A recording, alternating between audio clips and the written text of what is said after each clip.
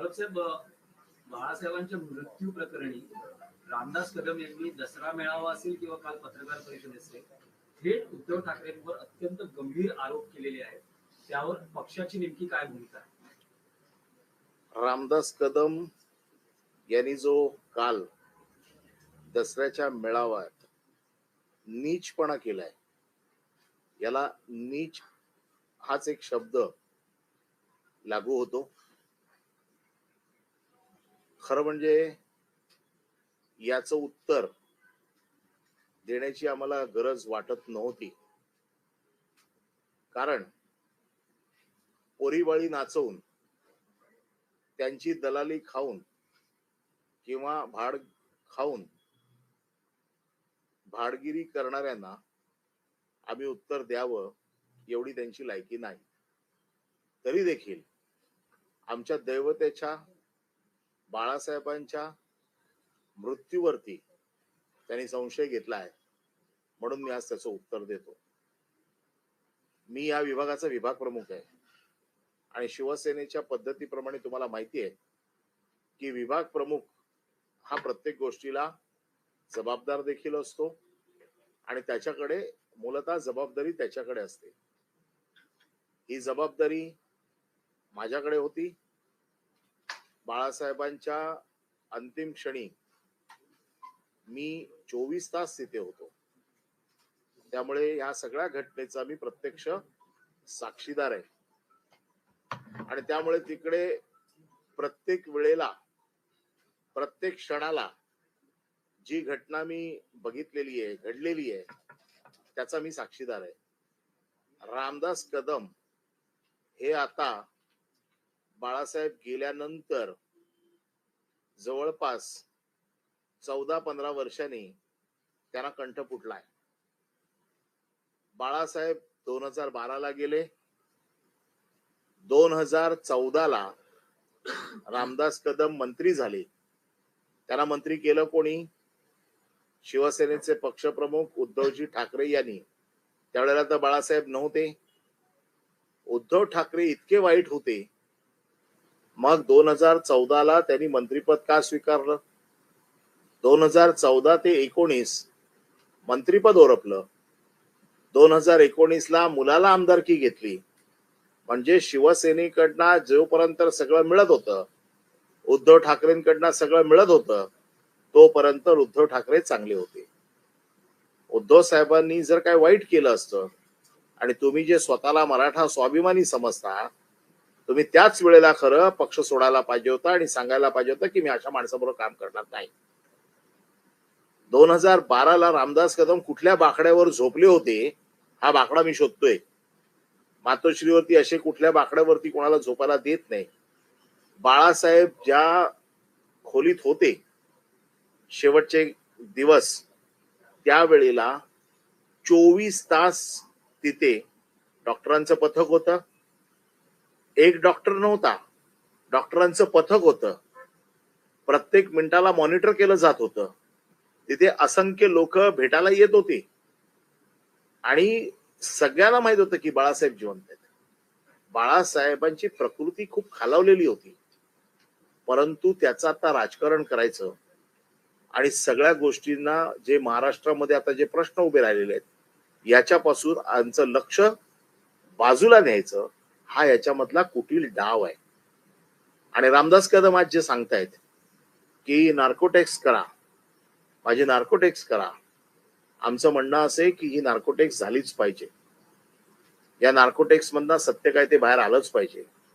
जो रामदास कदम यांनी खोटे आरोप केलेले आहेत, याच्यावरती मी स्वतः रामदास कदम यांच्यावरती अब्रू नुकसानीचा दावा दाखल करत आहे आणि ह्या अब्रू नुकसानीच्या दाव्यामधना जी रक्कम येईल ती रक्कम दुष्काळग्रस्त शेतकऱ्यांना पाठवायची असा निर्णय मी घेतलेला आहे. पण त्याचबरोबर ही नार्कोटेक्स होणं गरजेचं आहे. या नार्कोटेक्स बरोबर अजून एक नार्कोटेक्स होणं गरजेचं आहे. सन 2093 मध्ये रामदास कदम यांच्या बायकोने स्वतःला जाळून घेतलं. 1993 ला रामदास कदम यांनी रामदास कदम यांच्या बायकोने स्वतःला जाळून घेतलं. ते जाळून घेतलं का तिला जाळलं का काय झालं हे देखील नार्कोटेक्स मध्ये आलं पाहिजे. कोणाला बंगले बांधून दिले खेडमध्ये, त्या बंगल्यावरनं काय राजकारण झालं, काय गोंधळ झाला, हे सगळं आलं पाहिजे. आणि जर नार्कोटेक्सला शक्य नसेल तर त्यांचा मुलगा हा आता योगेश कदम गृहराज्यमंत्री आहे. गृह खात्याची सूत्र त्याच्या हातात आहेत. आपल्या बापाने काय उद्योग केलेत 1993 ला याची देखील चौकशी झाली पाहिजे. या चौकशीची मागणी मी करतोय. कारण आपलं ठेवायचं झाकून आणि दुसऱ्याचं बघायचं वाकून, ही जी पद्धत आहे या पद्धतीला आळा घालण्याची गरज आहे. माझी मागणी आहे मुख्यमंत्र्यांकडे, गृहमंत्री म्हणून किंवा गृहराज्यमंत्र्याकडे, की 1993 ला गृहमंत्र्याच्या आईने स्वतःला जाळून घेतलं होतं, त्या जाळून घेतलेल्या प्रकरणाची देखील सविस्तर चौकशी झाली पाहिजे. या प्रकरणाची तर झालीच पाहिजे. मी स्वतः या सगळ्या घटनांचा साक्षीदार आहे. पुन्हा बाळासाहेबांच्या मृत्यूपत्राचा देखील मी ट्रस्टी आहे. बाळासाहेबांचं मृत्यूपत्र एक्झिक्यूट करून घेण्याची जबाबदारी माझ्यावर होती. त्याच्यामुळे बाळासाहेबांचं मृत्यूपत्र मला माहिती आहे.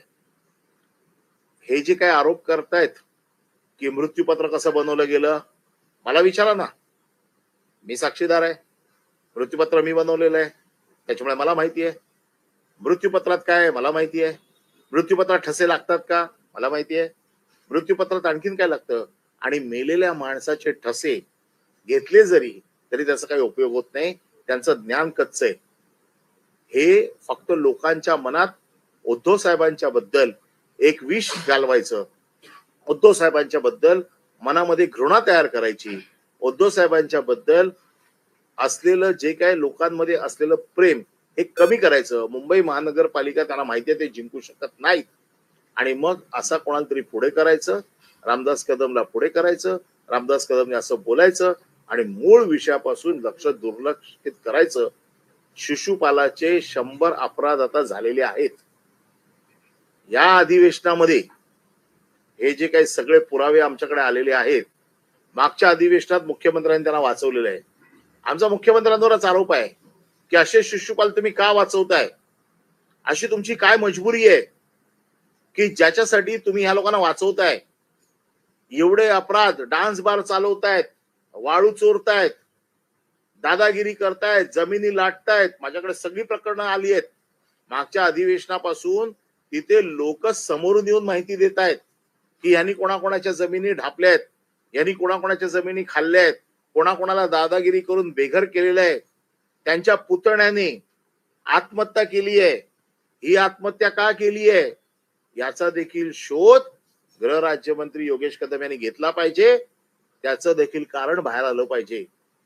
घरातले लोक आत्महत्या करतायत, कशासाठी करतायत, काय त्याचं कारण आहे, त्याच्या मुळाशी जा, त्याची चौकशी करा की हे काय घडलंय.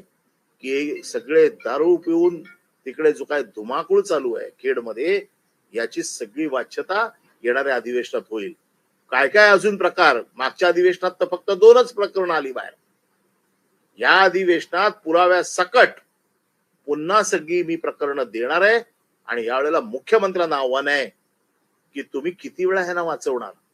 असे हे सगळे तुमची बदनामी करतायत सरकारची. तुमचं सरकार यांच्यामुळे डागाळलं जात आहे. मुख्यमंत्र्यांनी तरी स्वतःची प्रतिमा स्वच्छ ठेवण्यासाठी अशा मंत्र्यांना हाकलून दिलं पाहिजे.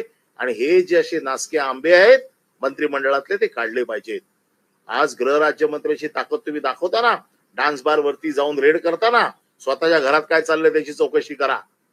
93 साली तुझ्या आईने का आत्महत्या करायचा प्रयत्न केला, स्वतःला का जाळून घ्यायचा प्रयत्न केला, याची चौकशी कर. आणि माझं आव्हान आहे, नार्को टेस्ट झालीच पाहिजे. या नार्को टेस्ट मध्ये बाळासाहेबांचे ठसे कोणी घेतले, का घेतले, कशासाठी घेतले, याची देखील चौकशी झाली पाहिजे. पण त्याचबरोबर 1993 साली ज्योती रामदास कदम यांनी आत्महत्या का करायचा प्रयत्न केला, स्वतःला का जाळून घ्यायचा प्रयत्न केला, जाळलं. आजही तिकडे खेडमध्ये साक्षीदार आहेत घटनेचे. वेळ पडली तर त्यांना देखील मी समोर आणू शकतो. खूप साक्षीदार आहेत आजही, जे समोरून सांगतात की त्या घटनेचे आम्ही साक्षीदार आहोत. आणि म्हणून आपलं ठेवायचं झाकून आणि दुसऱ्याच्या घरात बघायचं वाकून ही प्रवृत्ती बंद करा. कारण कसं आहे की शक्यतो कोणाच्या घरात जाणं हे आमच्या संस्कृतीला पटत नाही. परंतु बाळासाहेबांसारख्या दैवताच्या मृत्यूबद्दल तुम्ही शंका व्यक्त करताय. आज डॉक्टरांची पॅनल्स तिथे होती, सगळे मुंबईतले तज्ञ डॉक्टर तिकडे हजर होते, मोठ्या मोठ्या डॉक्टरांच्या समोर या सगळ्या चाचण्या होतात आणि मृत्यू जाहीर करण्याचा अधिकार हा डॉक्टरांचा असतो. डॉक्टर जोपर्यंत सांगत नाही तोपर्यंत मृत्यू जाहीर होत नाही. आणि म्हणून ज्यावेळेला डॉक्टरांनी सांगितलं त्याच्यानंतर ताबडतोब डॉक्टरांचं पॅनल आणि शिवसेनेचे नेते बाहेर गेले आणि त्यांनी सांगितलं की बाळासाहेबांचा मृत्यू झालेला आहे. हे खोटं सांगतायत. आणि म्हणून आम्ही अब्रू नुकसानीचा दावा आता दाखल करतोय. या अब्रू नुकसानीच्या दाव्यात कोण डॉक्टर आहेत हे डॉक्टर समोर आलेच पाहिजेत. या डॉक्टरांची कुठल्या डॉक्टरांनी त्याची काय व्हॅलिडिटी आहे, त्या डॉक्टरची त्याला कुठला अधिकार आहे, खरोखर तो डॉक्टर आहे की नाही, या सगळ्या गोष्टींची तपासणी होईल. मी त्यांना कायदेशीर कोर्टात खेचत आहे, कायदेशीर उत्तर त्यांच्याकडनं मागवणार आहे. त्याच्यामध्ये 100% त्यांना माफी मागावीच लागेल. माफी मागितली नाही तर कोर्टाच्या कारवाईला त्यांना सामोरं जावं लागेल. पण माझी आज मागणी आहे, मुख्यमंत्र्यांकडे मागणी आहे किंवा त्यांचा मुलगा जो गृहराज्यमंत्री आहे त्याच्याकडे मागणी आहे की ही नार्को टेस्ट कराच. पण या नार्को टेस्ट मध्ये माझ्या स्वतःच्या आईला का जाळलं किंवा तिने स्वतः का जाळून घेतलं याची देखील नार्को टेस्ट झाली पाहिजे. त्याच्या बाबतीत देखील लोकांच्या मनात शंका आहेत, त्या शंका दूर झाल्या पाहिजे. या संदर्भात ते म्हणतात की मला जाहीर करावं लागलं की बाळासाहेबांचा मृत्यू दावा आहे. ते कोण आहे? ते नेते होते. ज्या वेळेला सगळे नेते गेले त्यावेळेला असं ठरलं बाळासाहेबांचा मृत्यू झालेला आहे हे जेव्हा डॉक्टरांनी सांगितलं त्यावेळेला शिवसेनेचे नेते, त्याच्यामध्ये सुभाष देसाई होते, त्याच्यामध्ये संजय राऊत होते, त्याच्यामध्ये रामदास कदम होते, त्याच्यामध्ये दिवाकर रावते होते, आम्ही सगळे होतो, मी देखील होतो त्याच्यामध्ये. आम्ही सगळे प्रेसच्या समोर गेलो. मातोश्रीच्या गेटवरती तमाम गर्दी होती. लोकांमध्ये ही गोष्ट कळावी याच्यासाठी डॉक्टरांचं पथक आणि शिवसेनेचे नेते हे सगळे गेले आणि सगळ्यांनी मिळून तिकडे सांगितलं. हे कोण सांगणार आहे? हे शिवसेनेचे नेते होते म्हणून या सगळ्या नेत्यांबरोबर ते गेले सांगायला. त्यामुळे हा जो काही आरोप केलेला आहे या आरोपाची पुष्टी किंवा या आरोपाचा उघड झालाच पाहिजे. याच्या बाबतीमधलं सत्य बाहेरच आलं पाहिजे. तयार आहे का? त्यांनी उद्धव ठाकरेंची आणि त्यांची स्वतःची नार्को टेस्ट करा असं म्हटलेलं आहे. आमची पुन्हा सांगतोय, मी शिवसेनेची अधिकृत भूमिका सांगतोय, दोघांची नार्को टेस्ट करा. पण त्याच नार्को टेस्ट मध्ये माझा आता आक्षेप असा आहे, जसं रामदास कदमने सांगितलं तर नार्को टेस्ट करा. मग मी आता शिवसेनेचा आमदार म्हणून सांगतोय की 1993 साली ज्योती रामदास कदम यांनी स्वतःला जाळून घेण्याचा प्रयत्न केला का त्यांना जाळण्याचा प्रयत्न केला याची देखील नार्को टेस्टची मागणी मी करतोय. मुख्यमंत्र्यांनी ह्या सगळ्या नार्को टेस्ट मान्य कराव्यात. परब साहेब, रामदास कदम जे म्हणाले की 2 दिवस पार्थिव मातोश्रीत होतं आणि दुसरा हाताचे ठसे घेतले गेले, तर हे नेमकं काय प्रकरण आहे? असं काही घडलं आहे का? 100% खोट आहे. मला एक गोष्ट सांगा की बाळासाहेबांना भेटायला असंख्य गर्दी होती. बाळासाहेबांना भेटायला असंख्य लोकांची गर्दी होती. तुम्ही सगळे प्रेसवाले आहात. कुठलीही बॉडी 2 दिवस अशी ठेवता येते का? कुठलाही मृतदेह 2 दिवस शवपेटी शिवाय ठेवता येऊ शकतो का? या रामदास कदमचं अक्कल गुडघ्यात आहे. त्याला जे काय कोणी सांगितलंय ना त्याने हे तरी विचार करायला पाहिजे होता किंवा रामदास कदम यांनी बोलताना विचार करायला पाहिजे होता, कुठलाही मृतदेह 2 दिवस शवागाराशिवाय किंवा शवपेटी शिवाय ठेवता येतो का? कुठलीही इंजेक्शन दिली, काही जरी केलं आणि कुठल्या मुंबईतल्या डॉक्टरची अशी हिंमत आहे, तिथे तज्ञ डॉक्टरांचं पथक होतं.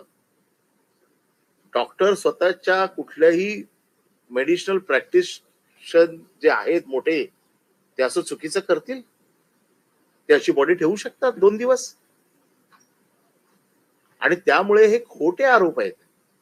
आणि रामदास कदम जे म्हणतायत ना, तुम्हाला माहिती आहे, बाळासाहेब हयात असताना बाळासाहेबांनी स्वतःचे मोल्ड बनवले होते.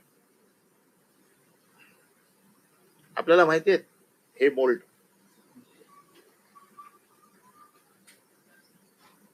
हे बाळासाहेबांच्या हयातीत बाळासाहेबांनी स्वतःच्या हाताचे मोल्ड बनवले होते.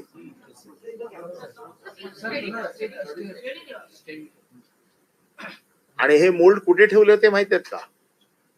आपल्याला माहित असेल, सहाराचं जे स्टेडियम झालं अंधेरीला सगळ्या क्रिकेट प्लेयर्सचं, त्यावेळेला हे मोल्ड तिकडे बनवले होते बाळासाहेबांच्या हयातीत.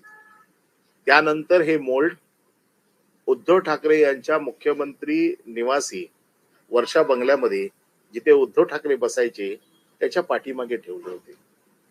हे मोल्ड बाळासाहेबांच्या हयातीत बाळासाहेबांनी बनवलेले मोल्ड आहेत. अच्छा, म्हणजे तो जो संदर्भ उद्धव ठाकरेंनी दिला की मी ठसे घेतलेले, तो हा मोल्ड आहे. हा मोल्ड आहे. याला ठसे नाही म्हणत, हा मोल्ड असतो. अख्खा पूर्ण पंजाचा मोल्ड आहे. रामदास कदम याचं शिक्षण थोडं कमी आहे मोल्ड आणि ठशामधला. आणि रामदास कदम यांचा आरोप आहे की बाळासाहेब गेल्याच्या नंतर त्यांचे ठसे घेतले. बाळासाहेब गेल्याच्या नंतर ठसे घेतले, हा त्यांचा आरोप आहे. असे कुठले ठसे घेतले असतील, त्याचा उपयोग काय झाला, अशा ठशांचा काय उपयोग होतो? स्विस बँकेतून पैसे करण्यासाठी स्विस बँकेची पद्धत रामदास कदमला माहिती आहे का? रामदास कदमचं अकाउंट आहे का तिकडे स्विस बँकेत, की अशा प्रकारचे ठसे घेऊन स्विस बँकेतनं पैसे येतात? अहो, कमीत कमी आपण मीडियाच्या लोकांनी तरी असे प्रश्न विचारायला पाहिजे की स्विस बँकेतनं पैसे काढायची पद्धत, अशा प्रकारचे ठसे हे स्विस बँकेत. बाळासाहेबांचं मृत्यूपत्र माझ्याकडे आहे, त्याच्यामुळे बाळासाहेबांची संपत्ती काय होती हे माझ्यापेक्षा जास्त कोणालाही माहित नाही. नाही, पण परब साहेब, ते आरोप करताना त्यांनी एक शरद पवारांचंही विधान सांगितलेलं आहे. ते म्हणतात की शरद पवार जेव्हा आले होते तेव्हा त्यांनी मिलिंद नार्वेकर यांना म्हटलं की आणखी किती बाळासाहेबांच्या बॉडीचा छळ कर. त्यांना भेटायला सोडलं. शरद पवार तर साहेब आहेत ना आज, याचं उत्तर पवार साहेब देऊ शकतात ना. पवार साहेब तर आहेतच ना आज हयात, मिलिंद नार्वेकर देखील आहेत. हे वातावरण तयार करतायत, अशा प्रकारची उत्तर द्यायची, अशा प्रकारचे. माझं म्हणणं असं आहे की मी आता कोर्टात फाईल करतोय, कोण डॉक्टर्स आहेत ते समोर घेऊन या, ज्यांच्या माहितीच्या आधारावरती तुम्ही बोललात. आम्हाला पण बघायचं आहे की खरोखर कोण डॉक्टर असा आहे की ज्याने हे सांगितलंही खोटी बातमी पसरवली आहे.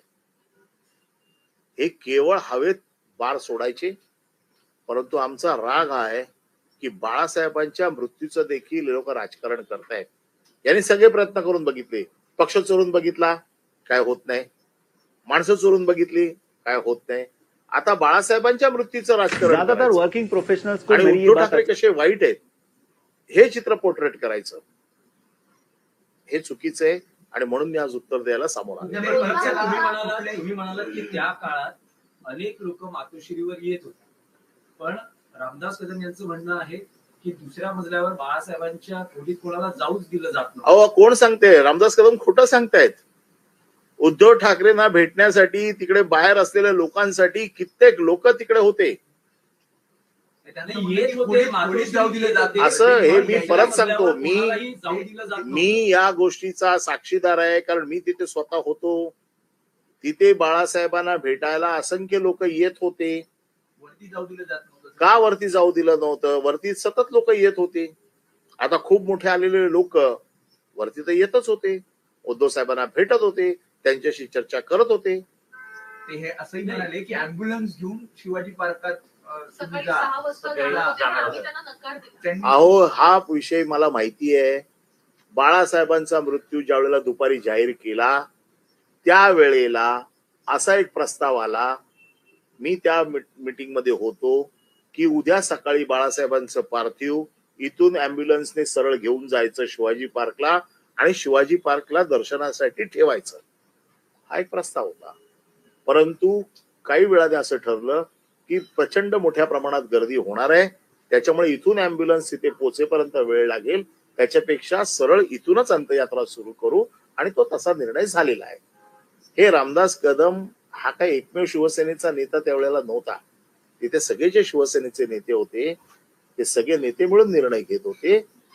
एक एक आता फक्त त्यांच्या सोयीच्या गोष्टी ते फक्त सांगतायत, परंतु हा निर्णय त्यावेळेला असा होता की अँब्युलन्सने बाळासाहेबांना शिवाजी पार्कला न्यायचं आणि तिथे त्यांचं पार्थिव अंतिम दर्शनाला ठेवायचं. परंतु नंतर निर्णय बदलला आणि नंतर असं ठरलं की बाळासाहेबांची अंत्ययात्रा इथूनच सुरू करायची, कारण सगळे लोक सकाळी मातोश्रीकडे येतील आणि त्यामुळे मग इथून नेणं कठीण जाईल, आणि म्हणून मग तशाच प्रमाणे अंत्ययात्रा सकाळी सुरू झाली. कालच्या पत्रकार परिषदेमध्ये असं म्हटले की म्हणजे आपल्या पक्षाने असं सांगावं की दिवाळी होऊन जाऊ देत म्हणून 2 दिवस ते पार्थिव ठेवलं होतं, त्यांनी सांगावं. असं बिलकुल झालेलं नाही. मी स्वतः या गोष्टीचा परत सांगतो, असं कोणाचाही मृतदेह ठेवता येतो का, मेडिकली ठेवता येतो का विचारा. असा कोणाचा मृतदेह ठेवता येत नाही, तो शक्य नाही शवागाराशिवाय ठेवणं. आणि त्यामुळे रामदास कदम हे जे काही सांगतायत हे आता शिड्या कळीला ओत आणतायत. त्यांचे अपराध आता शिशुपालाचे झालेले आहेत. माझा प्रश्न असा आहे, आणि जर उद्धव ठाकरे इतके वाईट होते मग 2014ला तुम्ही मंत्रिपद का घेतलं त्यांच्याकडनं? भिकाऱ्यासारखी 2015ला मुंबई महानगरपालिकेतनं मला परत पाठवा, हे जे काही सतत होतं, जे म्हणतात ना भिकेचा कटोरा, हे भिकेचा कटोरा घेऊन फिरत होते.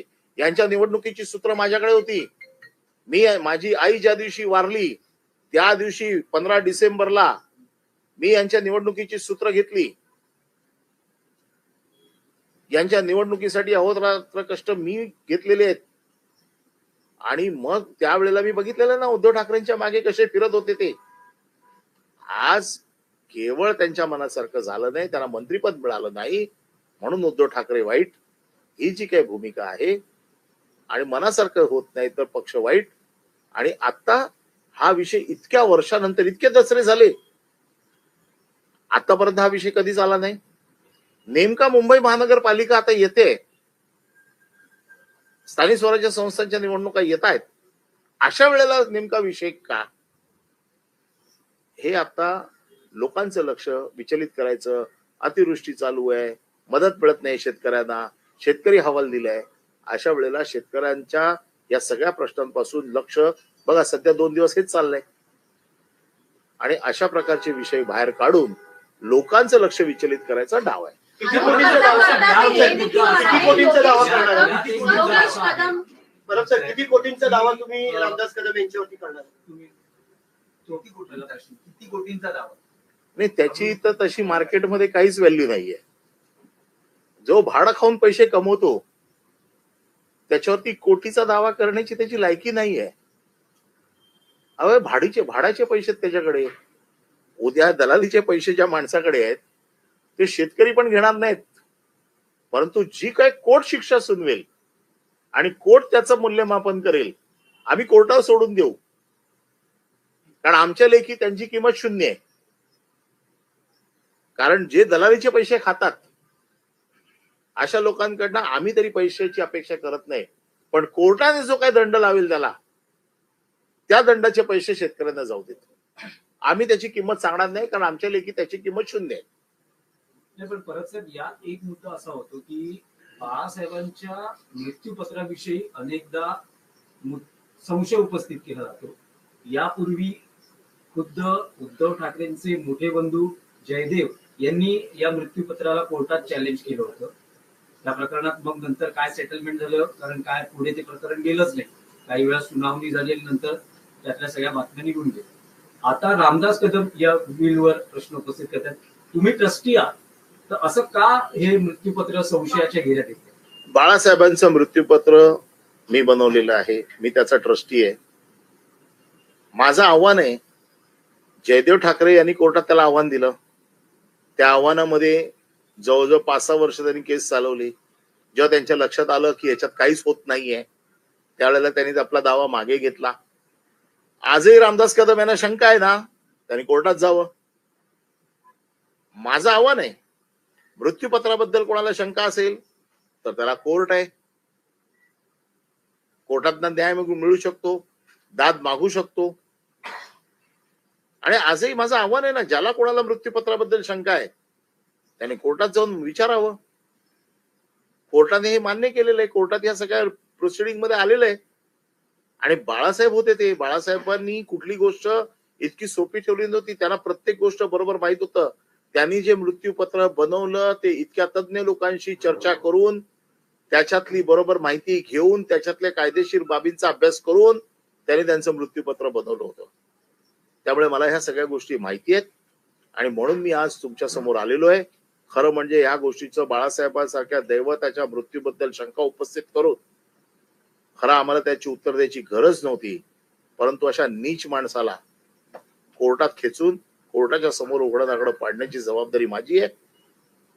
आणि त्याचा जो काय पुत्र जे काय दिवे लावतोय त्याने आपल्या बापाच्या 1993च्या कृत्याची देखील चौकशी करावी अशी मागणी आज तुमच्या माध्यमातून मी करतोय. जर रामदास कदम नार्कोटेक्सची मागणी करत असतील तर मी देखील नार्कोटेक्सची मागणी करतोय.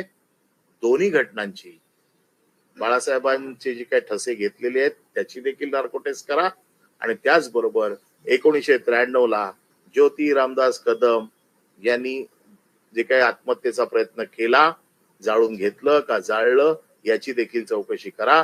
गृहराज्यमंत्री योगेश कदम, तुम्ही या राज्याचे गृहराज्यमंत्री आहात, तुम्हाला अधिकार आहे, तुम्ही देखील चौकशीचे आदेश देऊ शकता. या बोलता बोलता ते प्रकरणात बोलले की नितेश योगेश राणे कदम यांनी माझ्या म्हटलेलं आहे. मुलाच्या मागे तुम्ही लागलात, माझ्या मुलाचं मंत्रिपद जाण्याची वाट तुम्ही बघाल, हे ते बोलता बोलता बोलून गेले. तुम्ही वारंवार त्यांच्या अहो, अशी मागे पोरींना नाचवून जो मंत्री पैसे खातोय त्याला नैतिक अधिकार आहे का मंत्रिपदावर राहण्याचा? सोडा, मुख्यमंत्री त्याला वाचवतातच आहेत, परंतु दलालीचे पैसे जे लोक खात आहेत आणि जे लोकांना सल्ले देत आहेत, ज्या राज्याचा गृहराज्यमंत्री स्वतःच्या आईच्या नावाने डान्स बार चालवतो, अहो नैतिक लाज असायला पाहिजे. नैतिक लाजेने तरी कमीत कमी राजीनामा द्यायला पाहिजे होता. आणि ज्या बार वरती वारंवार रेड होते तरी देखील हे लोक सुधरत नाहीत. म्हणजे यांना भाडगिरीचे पैसे खायची सवय लागली आहे.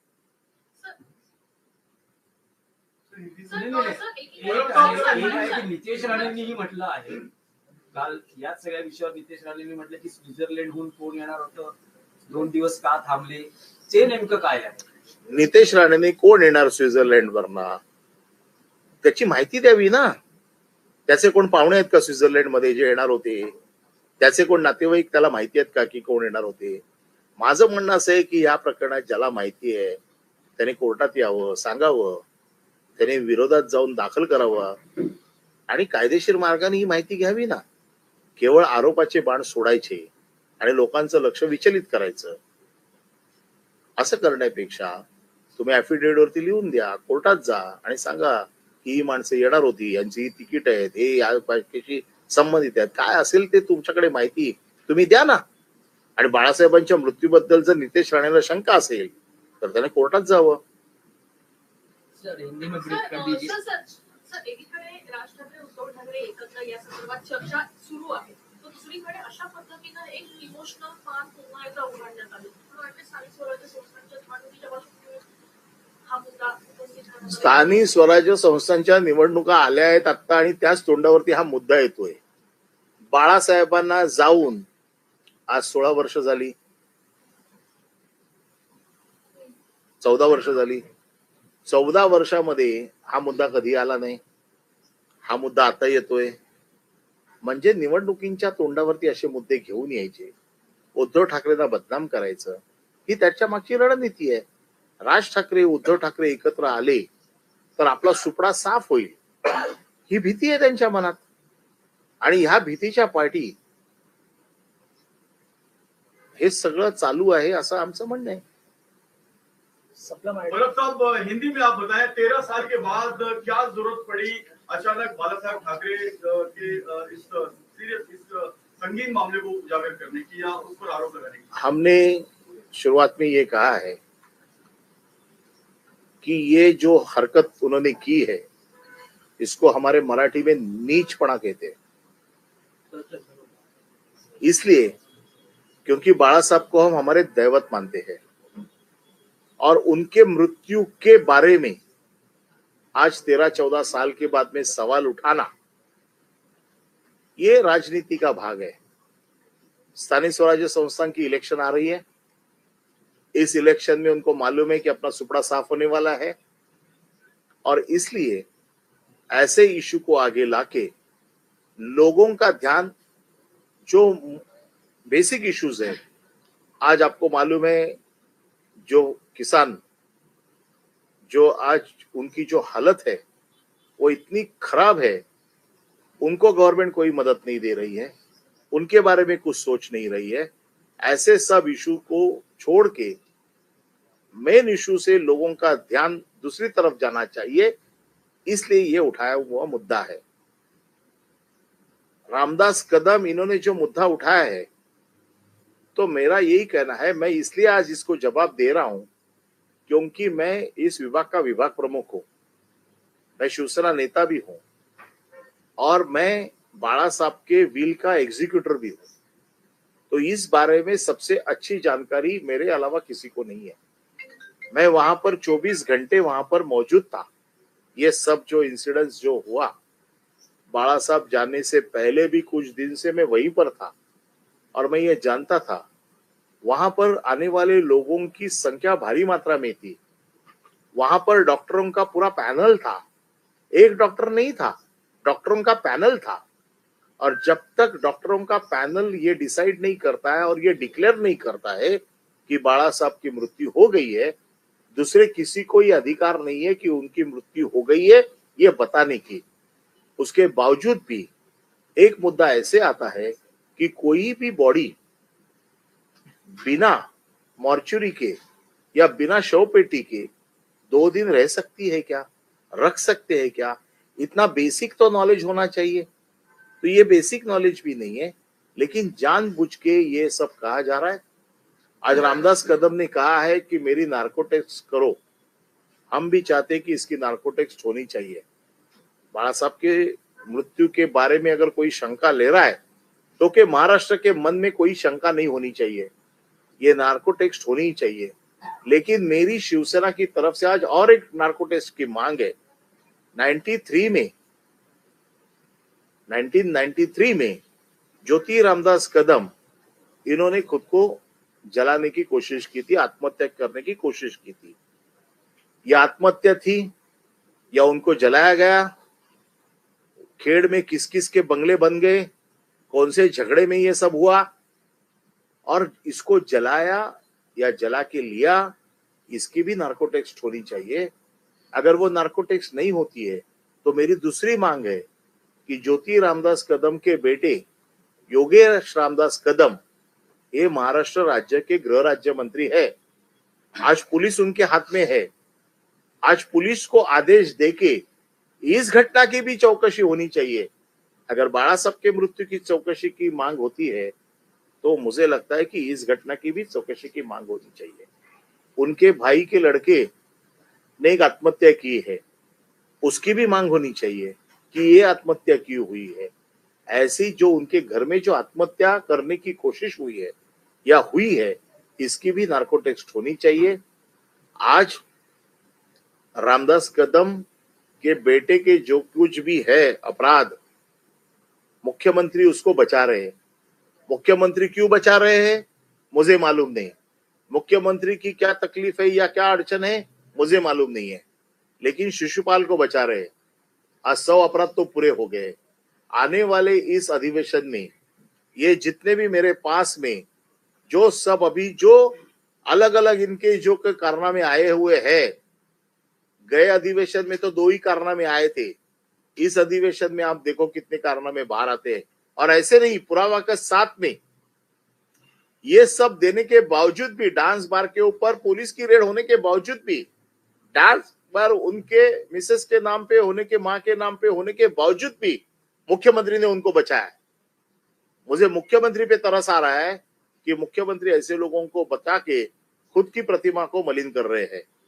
और मेरा ये कहना है कि जो रामदास कदम ने मांग की है, वो मांग को लेते हुए उसी मांग को मैं आगे बढ़ाता हूं, और जो गलत है उसके बारे में मैं रामदास कदम के ऊपर डिफर्मेशन का केस डाल रहा हूं। डिफर्मेशन में उन्होंने माफी मांगनी ही चाहिए, और डिफर्मेशन में कोर्ट उनको जो सजा देगी, वो जो पैसे आएंगे, क्योंकि मेरे हिसाब से उनकी वैल्यू 0 है और हम वो पैसा लेना नहीं चाहते हैं जो डांस बार से आए हुए हैं। तो कोर्ट जो सजा देगी वो पैसे किसानों को देनी चाहिए, ऐसी मेरी इस आपके जरिए ये मेरी मांग है। पर साहब, सर, आपसे रामदास कदम ने एक और चौंकाने वाला दावा किया। उन्होंने कहा कि मातोश्री पर 2 दिन तक पार्थिव शरीर रखा गया, बाला साहब ठाकरे के अंगूठे के निशान लिए गए। उन दावों में कितनी सच्चाई है? क्या कुछ बड़ा मामला? वही हमारा कहना है कि उनकी टेस्ट, नार्को टेस्ट इसीलिए मांग रहे हैं। वो ऐसे ठसे लेने से, अंगूठे के जो निशान लेने से किसको फायदा हो सकता है? ऐसा कौन सा काम हो सकता है कि अंगूठे के निशान मिलने के बाद में, मैं विल का ट्रस्टी हूँ, विल को तो उसका कोई फायदा नहीं होता है, क्योंकि विल तो आदमी जब जिंदा होता है तभी बनाता है। तो ऐसे ठसे लेके, ऐसे अंगूठे के निशान लेके क्या फायदा होगा? इसकी जांच होनी चाहिए, नार्को टेस्ट होनी चाहिए, लेकिन मैं जो कहता हूँ उसकी भी नार्को टेस्ट होनी चाहिए। लेकिन ये जो सब गलत बातें हैं, क्योंकि 2 दिन पार्थिव ऐसे